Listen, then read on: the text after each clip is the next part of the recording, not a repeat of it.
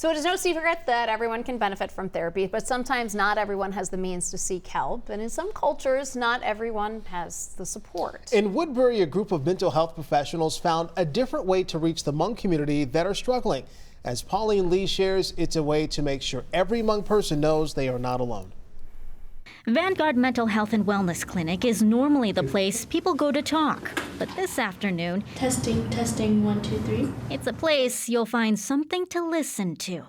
Hello again, and thank you for joining us. A podcast created for the Hmong community by the people who understand the culture as well as anyone. We are not only utilizing our training as Western trained mental health providers, but we're also utilizing our lived experiences as a Hmong person so that we're connecting the two. Dr. Alyssa Kaying Vang is the clinical director at Vanguard. She created the podcast as a way to push back against misinformation on social media and as a chance to reach the younger Hmong generation. Especially in our Hmong community, because we can be so negative and we can be so conscious of shame.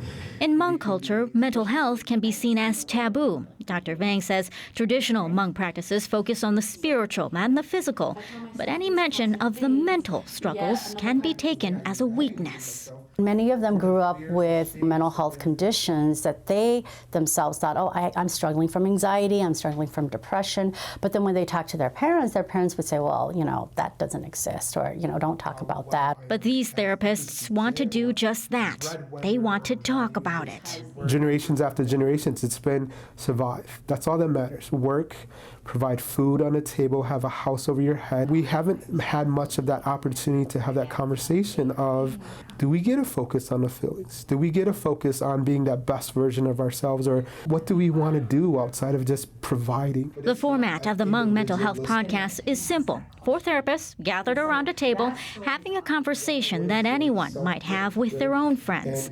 But the topics are a bit more complicated.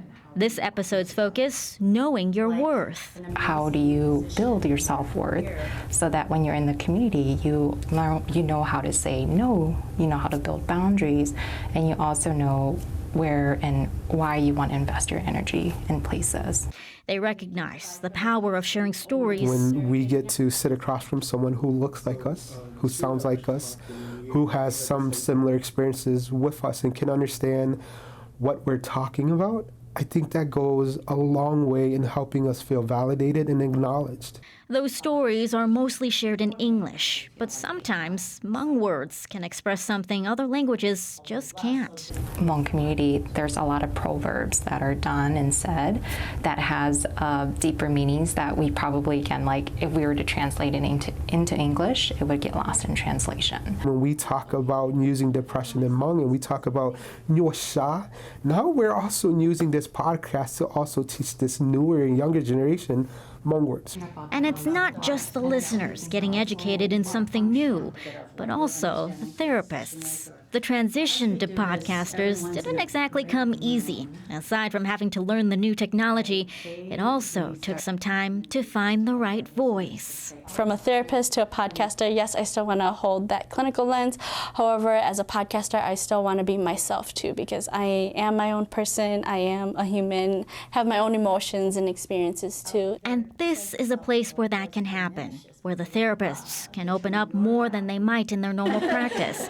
Because while the podcasts cannot take the place of traditional therapy, it's still a way to help. When someone picks up this podcast and say, wow, that made me really think about this, or wow, I got into therapy because of the podcast, I think it's one step forward in terms of a person taking a journey to really being that very best version of themselves and finding who they are. Pauline Lee, WCCO News. Wow. Oh, yeah, and they're opening themselves up too. Yeah, and that's important, Yeah.